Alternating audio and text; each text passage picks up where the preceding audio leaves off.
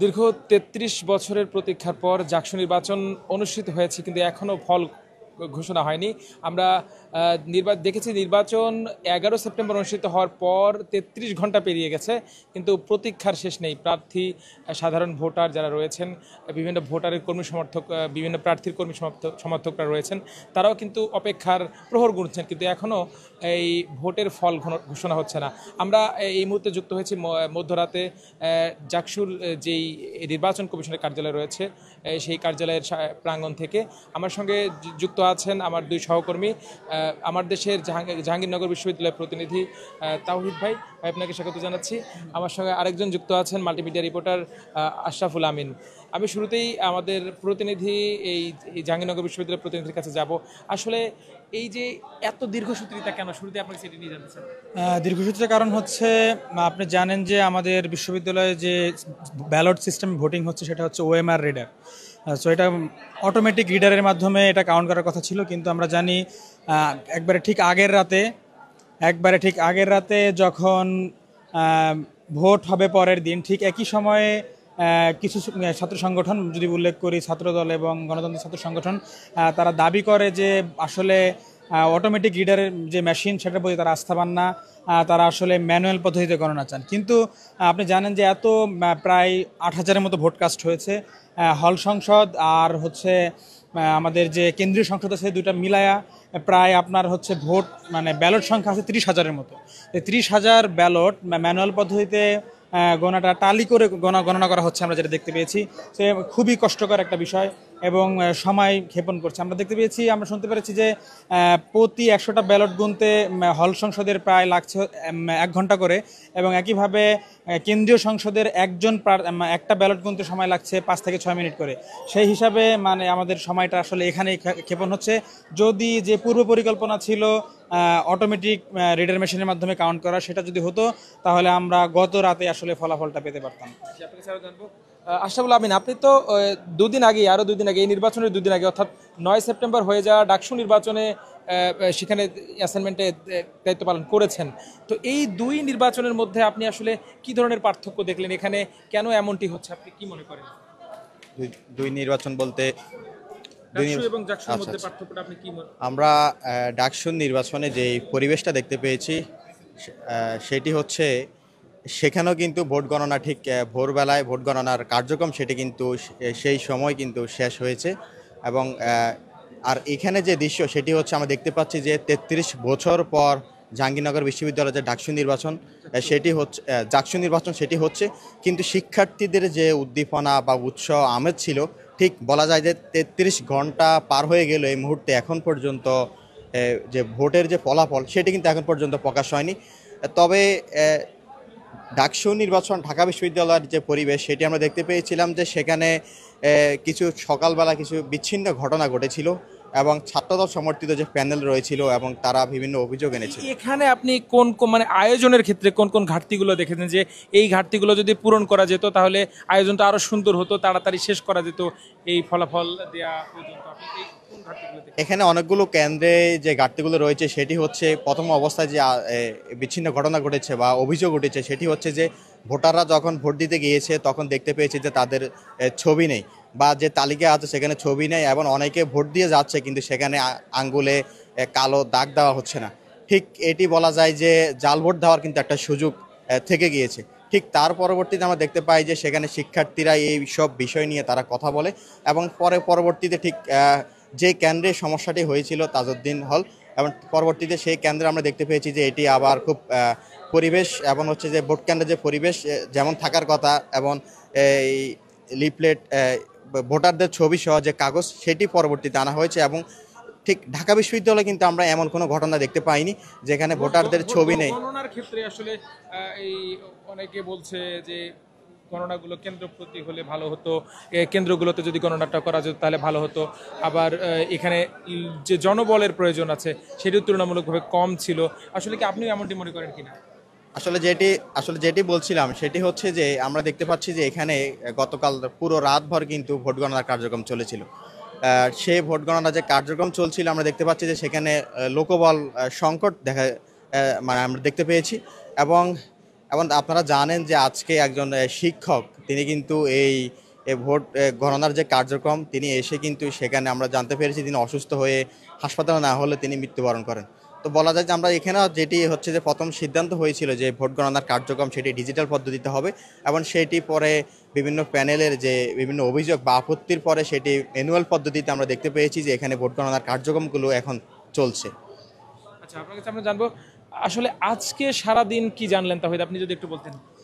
আজকে সারাদিন আমরা জানি যে আপনারা সবাই জানেন গণমাধ্যম মারফতে যে শুক্রবার সকালেই একটা আমরা অনাকাঙ্ক্ষিত ঘটনার খবর পাই যে একজন শিক্ষিকা যিনি এখানে এসেছিলেন, আসার পরে কেন্দ্রে মানে তার দৈনিক যে তার হলের একটা তিনি রিটার্নিং কর্মকর্তা ছিলেন, তিনি ভোট গণনার কাজে যোগদানের পূর্বেই তিনি অসুস্থ হয়ে পড়েন এবং পরবর্তীতে তিনি মৃত্যুবরণ করেন।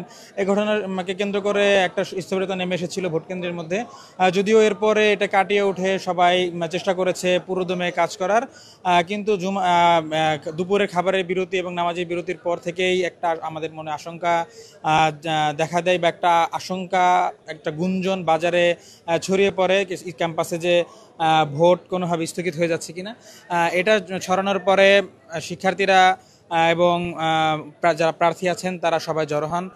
আমরা দেখতে পাই যে ঠিক তাদের এক সময় ভোট দীর্ঘ সময় বন্ধ থাকে, এরপর শিক্ষার্থীদের দাবির মুখে তারা যখন বিভিন্ন ধরনের স্লোগান সহ দাবি দিতে থাকেন, পাশাপাশি উপাচার্যের কাছে অনেক প্যানেল থেকে তারা গিয়া দাবি জানান যাতে দ্রুত ভোট গণনা শুরু হয়।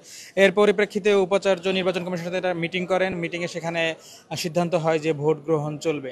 কিন্তু ভোট গ্রহণ যে বানচালের একটা ভোট গণনার যে একটা স্থগিত করার যে একটা কথা চলছিল এমনটা আমরা প্রমাণ পাই যখন একটা নির্বাচন কমিশনের সদস্য তিনি 7:30 নাগাদ 9টা নাগাদ তিনি পদত্যাগের ঘোষণা দেন।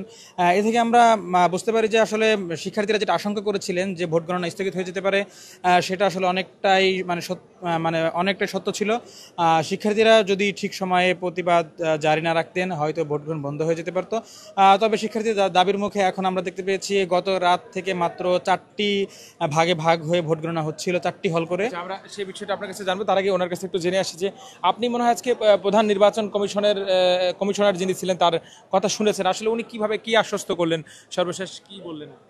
তিনি গণমাধ্যমকে যে আশ্বস্ত করেছেন সেটি হচ্ছে তিনি বলেছেন, তিনি প্রথম অবস্থায় বলেছেন কিন্তু যে শিক্ষক মৃত্যুবরণ করেছেন এবং তিনি তার শোক জানিয়েছেন এবং তিনি জানিয়েছেন যে ভোট কেন্দ্র যে বন্ধ ছিল কিছু সময়, তিনি জানিয়েছেন যে শিক্ষক যে মৃত্যুর ঘটনা ঘটেছিল এবং সেই কারণে তারা ভোট গণনার কার্যক্রম কিছুক্ষণ তারা বন্ধ রেখেছে। তবে তিনি জানিয়েছেন যে আজকে রাতের ভেতর তারা ভোট গণনার যে কার্যক্রম সেটি তারা সম্পূর্ণ করবেন এবং এছাড়াও আমরা ঠিক কয়েক ঘন্টা আগে জানতে পেরেছি যে ফলাফলের বিষয়ে উনি কিছু বলছিলেন কিনা। ফলাফলের বিষয়ে তিনি কোনো সঠিক কোনো উত্তর দেননি। তবে এখানে যারা আন্দোলন করছিল আমরা দেখেছি যে বিভিন্ন দাবি তাদের ভোটের যে ফলাফল ঘোষণার জন্য অনেক দাবি দেওয়া তুলছিল, আপনি তাদের সম্পর্কে কি জানতে পারলেন, তারা কি বললেন? তারা আসলে এখানে এসে যে দাবিগুলো তুলছে তারা দাবি করছে যে অতি দ্রুত যেন ভোট গণনার যে কার্যক্রম সেটি যেন সম্পূর্ণ করা হয়, অতি দ্রুত ভোটের ফলাফল যেন দেওয়া হয়। কারণ শিক্ষার্থীরা জানিয়েছে যে ঠিক যে ভোট গ্রহণ সেটি কিন্তু বিকেল 5টা পর্যন্ত চলেছে এবং গতকালকে বিকেল 5টা থেকে তার পরবর্তীতে যে কার্যক্রম বলা যায় যে ঠিক বিশাল একটা সময় পার হয়ে গিয়েছে, কিন্তু এখন পর্যন্ত তার পূর্ণাঙ্গ যে তথ্য যে হল সংসদ নির্বাচন এবং কেন্দ্রীয় সংসদ যে নির্বাচনের যে ভোট গণনার ফলাফল খুব একটা আগায়নি এবং শিক্ষার্থীরা এগুলো নিয়ে আমরা দেখতে পাচ্ছি যে খুব অসন্তোষ তারা প্রকাশ করেছে ঠিক এই জায়গার মধ্যে। আসলে এই আজকে এখন পর্যন্ত যে তথ্য রয়েছে সর্বশেষ আপডেট, আসলে আপনি কতটুকু জানলেন যে আসলে কি হতে যাচ্ছে, ভোটের যে গণনা কত দূর আগালো এবং এই ফলাফল আমরা কবে নাগাদ পেতে পারি? এখন তো এমন সংখ্যা দাঁড়িয়েছে আগামী 2-3 দিনও পাবো কিনা, আপনি কি জানলেন সর্বশেষ? হ্যাঁ, আসলে আমরা যখন গতকাল ম্যানুয়াল ভোট গণনা শুরু হয় তখন নির্বাচন কমিশন বলেছিলেন যে মজা করে অনেকটা বলেছিলেন যে 2-3 দিন সময় লাগতে পারে, কিন্তু আমরা দেখতে পেয়েছি রাত 9:30 নাগাদ আমাদের যে 21টি হল সংসদ ছিল সে হল সংসদের ভোট গণনার কাজ শেষ হয়েছে বলে জানানো হয়েছে আমাদেরকে। পাশাপাশি আমরা এতক্ষণ নাগাদ আমরা জানতে পেরেছি প্রায় 30% মতো ভোট গণনা করা হয়ে গেছে। এখন 9টি ভাগে বিভক্ত হয়ে একত্রে 9টি হলের ভোট গণনা করা হচ্ছে। তো নির্বাচন কমিশন থেকে যেটা বলা হয়েছে, নির্বাচন কমিশন সদস্য সচিব যিনি বলেছিলেন আমাদেরকে আজ সকালের আগেই মানে আজ রাতের মধ্যেই তারা ফলাফল ঘোষণা করে বাসায় ফিরতে চান। কিন্তু আমরা যেটা জানতে পেরেছি যে অন্তত মানে ভোর হবে, অন্তত আমরা 6টা থেকে 7টা নাগাদ আমরা ফলাফলটা পেতে পারি। মানে দিন আবারও সকাল হয়ে দিন গড়িয়ে রাত হবে এমন তো আর আশঙ্কা নেই? না, আমরা আশাবাদী যে আগামী কাল সকালেই প্রথম প্রহরেই আমরা মানে ভোটের ফলাফলটা জানতে পারবো এবং দীর্ঘ 33 বছরের যে অপেক্ষা শিক্ষার্থীদের, সেই অপেক্ষা ঘুচবে, তারা একজন তাদের নির্বাচিত প্রতিনিধি পাবে। আপনি আপনি কি বলেন আসলে এই ফলাফলের বিষয়ে আরও কি অপেক্ষা করতে হবে কিনা? আপনার কাছে কিরকম তথ্য আছে? আমার কাছে যে তথ্য সেটি হচ্ছে, দেখেন আমরা ঠিক গণমাধ্যম কর্মীরা যারা রয়েছে তারা বলা যায় যে একরকম আমরা ক্লান্ত হয়ে গিয়েছি এই জাকসু নির্বাচনের যে খবরাখবর এবং মানুষদেরকে জানানোর ক্ষেত্রে বা কাজ করতে করতে গিয়ে আমরা আসলে এমন দৃশ্য বা এমন ঘটনা গণমাধ্যম কর্মীরা আসলে প্রত্যাশা করেনি যে জাকসু নির্বাচনের যে ফলাফল প্রকাশ বা ভোট গণনার কার্যক্রম নিয়ে এত ঘটনা ঘটবে। ঠিক আপনি দেখতে পাচ্ছেন যে আমরা দেখতে পাচ্ছি যে এই মুহূর্তে কিন্তু শিক্ষার্থীরা আমাদের পিছনে যারা রয়েছে তারা কিন্তু ভোট গণনার যে ফলাফল তার জন্য কিন্তু শিক্ষার্থীরা এখন পর্যন্ত তারা অপেক্ষা করছে। এবং শিক্ষার্থীরা আমরা দেখতে পেয়েছি যে আজকে তারা সন্ধ্যার পরে যে বিভিন্ন যে স্বতন্ত্র প্যানেলগুলো রয়েছে এবং রাজনৈতিক সমর্থিত যে প্যানেলগুলো রয়েছে তারা আমরা দেখতে পেয়েছি যে ঠিক এই জায়গার মধ্যে এসে তারা প্রতিবাদ জানিয়েছে এবং তারা অভিযোগ করেছে যে জাকসু নির্বাচন বর্জনের একটি বানচালের একটি ষড়যন্ত্র হচ্ছে। ঠিক এমন অভিযোগ তুলে আমরা দেখতে পেয়েছি তারা এখানে প্রতিবাদ জানিয়েছে এবং তারা জানিয়েছে যে ঠিক রাত 8টার ভেতর ভোট গণনার কার্যক্রম সম্পূর্ণ করতে হবে। ঠিক রাত 8টা কিন্তু অতিক্রম হয়ে গিয়েছে। এদিকে জাহাঙ্গীরনগর বিশ্ববিদ্যালয়ের যিনি প্রক্টর তিনি জানিয়েছেন যে আজকে রাতের ভেতর তিনি পূর্ণাঙ্গ ফলাফল তিনি প্রকাশ করে তিনি বাসায় ফিরবেন, এমনটা তথ্য তিনি দিয়েছেন। ঠিক তার পরবর্তীতে আমরা দেখতে পাচ্ছি যে শিক্ষার্থীরা একটা আশা নিয়ে এই মুহূর্তে ঠিক সিনেট ভবন, যেটি অস্থায়ী কার্যালয় নির্বাচন কমিশনের, ঠিক সেখানে শিক্ষার্থীরা এখন অবস্থান করছে যে পূর্ণাঙ্গ ফলাফলের আশা। দর্শক, আমরা আমার দেশের দুজন সহকর্মীর কাছ থেকে আমরা যেটি জানলাম যে নির্বাচনের যে ভোট গ্রহণের পর যে ফলাফলের যে দীর্ঘসূত্রিতা সেটি হয়তো খুব দ্রুত অবসান হতে যাচ্ছে, কারণ গতকাল পর্যন্ত যতটা না গতি ছিল আজকে বিকেলের পর যখন পুনরায় ভোট গণনা শুরু হলো তারপর থেকে কিন্তু খুব দ্রুত গতিতেই ভোট গণনার কার্যক্রম চলছে। বিশ্ববিদ্যালয়ের যে এই যে জাকসু নির্বাচনের যে নির্বাচন কমিশনার উনি যে আশ্বস্ত করেছেন যে ওনার প্রত্যাশা আজকে রাতের মধ্যেই গণনা শেষ হবে, আমরা প্রত্যাশা রাখি সেরকমই কিছু হোক, খুব দ্রুতই 33 বছরের যে প্রত্যাশা সেটির পূরণ হোক, শিক্ষার্থীরা তাদের প্রতিনিধি পাক, সেই শুভকামনায় আজ এখানে শেষ করছি। সবাই ভালো থাকুন, সুস্থ থাকুন, থাকুন আমার দেশের সঙ্গে।